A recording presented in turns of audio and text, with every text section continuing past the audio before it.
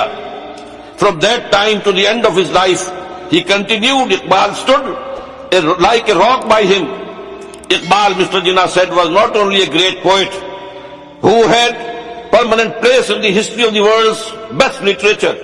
He was a dynamic personality who during his lifetime made the greatest contribution towards rousing and developing of Muslim national consciousness.